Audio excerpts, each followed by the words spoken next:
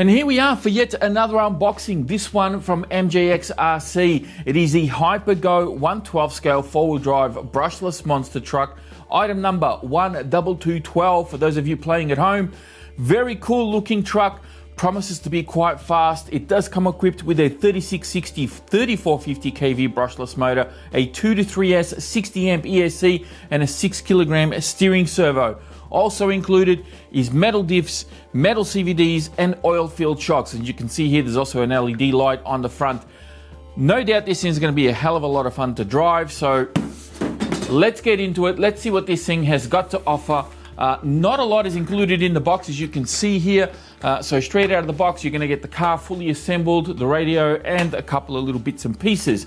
First thing in my hand here is a little bag of goodies. You can see we've got a USB type charger. There's a little cross wrench, some Allen keys, what looks like to be spare body posts over here. There's another piece here, which I'm not too sure what that one is. And we've got a Phillips head screwdriver. Also another piece of plastic over here. So all bits that I'm sure I'll find out what they're for once I crack the bag open and have a better look at the truck. Next thing in my hand here is the manual, which is, I know, the most exciting thing about this unboxing. The manual got a little bit kind of squished in the box, but not a big deal. All the relative information is still there, which is good to see. We've got segmented exploded views, so you don't have one page where everything is just exploded. This does help sort of fine tune exactly what it is you are looking for, if you do need to replace some parts. There are part numbers you can see here listed in the back, and they've got little drawings on them, so you shouldn't have too many issues identifying what it is you need to order. Pretty cool manual, very simple, and I think it'll do the job.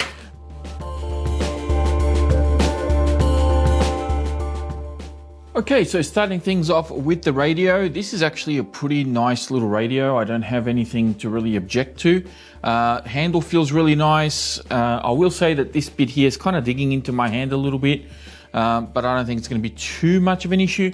The trigger is all right. It feels like it's a little bit distant, but it's well weighted. The radio does run on 4 AA's, and it has that little annoying screw that you got to remove, which I've already removed.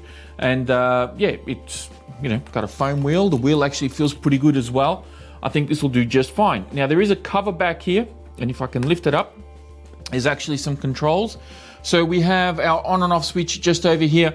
We have our steering dual rate, throttle dual rate, which is really good. Steering trim, throttle trim. We've got our reverse switches up here, and then there's a button in the middle. That button is actually to turn the car LED on and off. So pretty nice little radio, nothing too out of the ordinary. Comes pretty well featured. Let's just hope it works well with the car. So moving on to the car itself, let's get a closer look at this guy. I actually like the design of this. It's got that carbon fiber look paint job on it, which actually doesn't look too bad.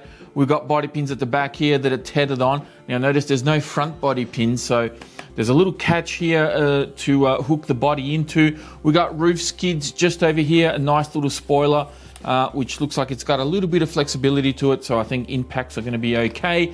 We got a wheelie bar back here. No tail lights are included with this kit. And we have our wheels and tires. I do like the wheels, and the tires kind of remind me of like a Traxxas tire of some description. I think I've seen a pattern similar to this at some point. And we've got some little bonnet kind of vents. These are fake, of course, but they are plastic, so a nice little touch there. And then of course we have our plastic tub chassis underneath. And yeah, let's have a better look at this guy. Let's see what it's all about. So first of all, let's start with the suspension here. Suspension feels pretty good. I think like most MJX cars that I've tested of this ilk, it seems okay. They do a pretty decent job for the most part, and they handle all right. Tires themselves actually feel really good. They're not super hard. They probably feel like a medium tire. They do have foam inserts, and the wheels are vented. I'm sure you can hear that. So it's not the tires that are vented, it's actually the wheels, which means that if you're going to be going through puddles and things like that, just plug up the holes before you do that, because then water's going to get into your wheels and it's going to be a mess, and yeah, you're not going to have a good time trying to get that water out of there. Now, I've taken the body off this already once, and I've got to say there's actually a design flaw here. Now, I don't know if other people have pointed this out or not. I know this car's been around for a little while. I've kind of been sitting on it for about a month and a half or so, maybe a couple of months, because I just haven't had time to do the unboxing for this. But one of the things that I got to say I'm not too pleased with the body is that, okay, you've got 2 body pins at the back, but then when you go to take the body off, instead of sliding the body back, you need to slide it forward. In sliding it forward, the body is jammed up against the bumper. So you kind of have to like bend and manipulate the leg stand to get the body out. It's not so bad taking it out, but I had to put it back on. And I can tell you, it's, what were they thinking? Like why would you do it this way? So let me explain what I'm trying to say here. So we lift the back up, and then you can see you gotta like fight with it to get it out. And there's a little lip here, so there's like a little mini roll cage underneath. I think that spare plastic piece that comes in the bag might be this one here. We have a nice little bracket here to support the spoiler, which I think, you know, that's actually a pretty good thing. And yeah, the body itself, pretty standard. You know, it's thin, but I think with the roll cage and everything, it's actually going to hold up okay. But yeah, when it comes to putting it back on, I'll show you later on. It's a little bit of a battle. Maybe there's a knack to it, and I just haven't figured that out yet. But yeah, anyway. So looking at the car, you can see that it probably looks a little bit familiar to some of the MJX cars that I've unboxed previously, or that you've seen around previously. It does come with the 3S battery included. It is running Dean's connectors. I think this is it's a 2000 milliamp. They usually are with MJX cars.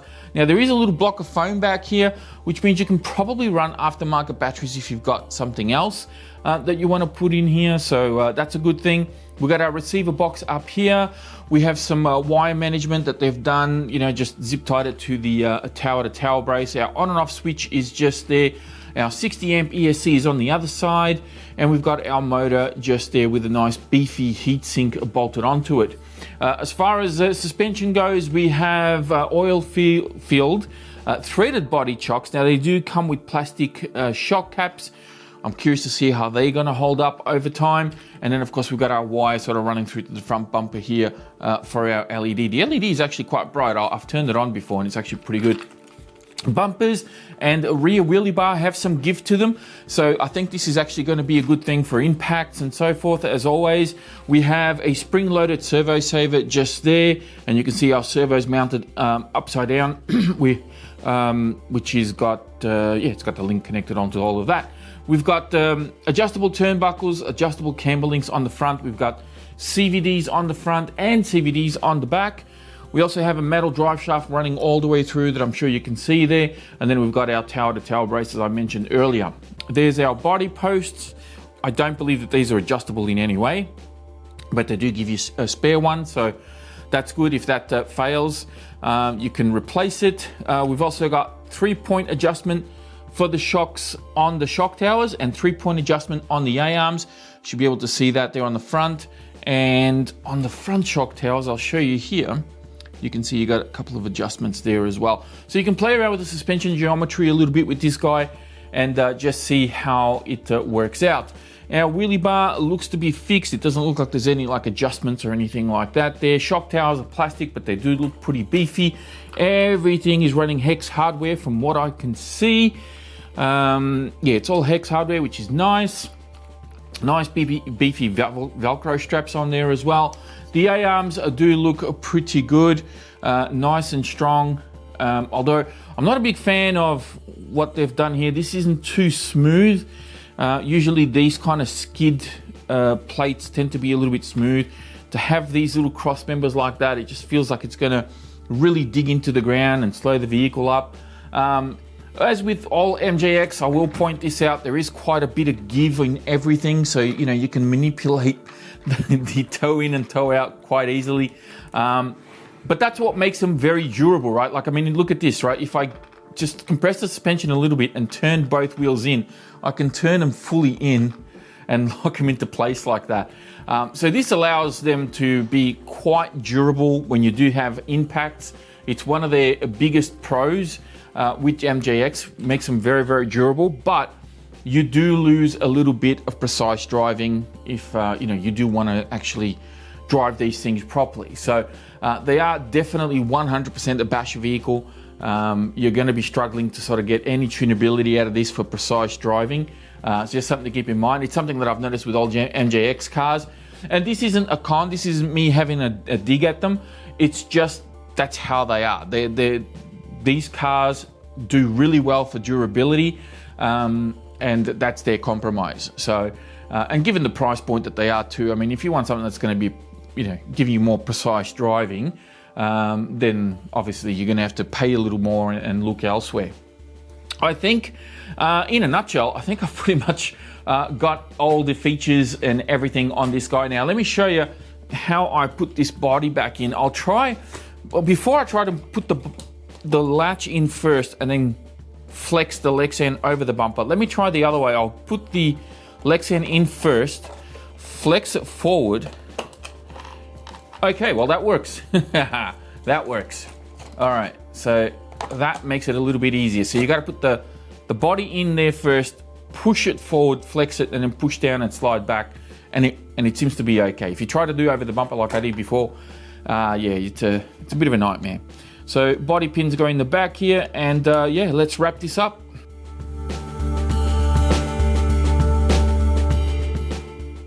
So that's going to wrap up yet another unboxing. Now, before I go, I do want to give a big shout out to MJX for sending this out for review. I do appreciate them supporting the channel, and I'm very much looking forward to taking this one out and giving a good Aussie RC Playground bash. Now, I will say I'm a little bit concerned because I powered this on just before, and there seems to be a bit of a throttle curve when you pull the trigger on the truck, right? So it's not like that instant power that you get. It just seems to be like accelerating very smoothly until you get to full speed. Now, bear in mind that the battery is not fully charged, so maybe that might change things a little bit. I did try to connect this ESC thinking that maybe it was Bluetooth compatible, but it is not, at least not that I could make it work. So maybe if someone knows how to tune the ESC, you can leave a comment in the comment section for me and give me a little bit of a tip, because there's no information in the manual on how to adjust any of the settings on the ESC. So punch control or reverse or anything like that, there's nothing there. And I don't really want to replace the ESC right off the bat. I am going to drive it as it is. So let's see how we go. Stay tuned for more on this guy. If you're not subscribed yet, please do. It's free. And of course, before you go, hit that thumbs up button. Let the algorithm gods of YouTube know that you like the video and that you want to see more on this truck and more of Aussie RC Playground. Why I'm referring to myself in the third person, I don't know. Anyway, thanks for watching, guys, and I'll speak to you all next time.